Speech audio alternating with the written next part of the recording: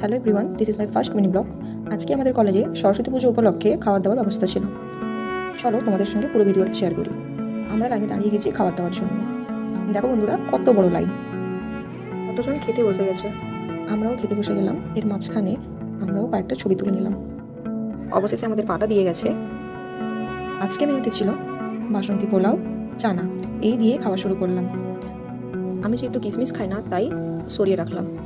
By দাবি, তোমরা কি বাসন্তী পোলাও খেতে ভালোবাসো? একটু কমেন্ট করে জানো। একটু চানা দিয়ে পোলাওটা মাখিয়ে খেলাম।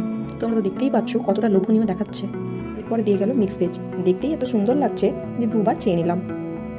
এরপর ওটাকে যেই পোলাওর সঙ্গে মাখিয়ে খেলাম, অসাধারণ খেতে।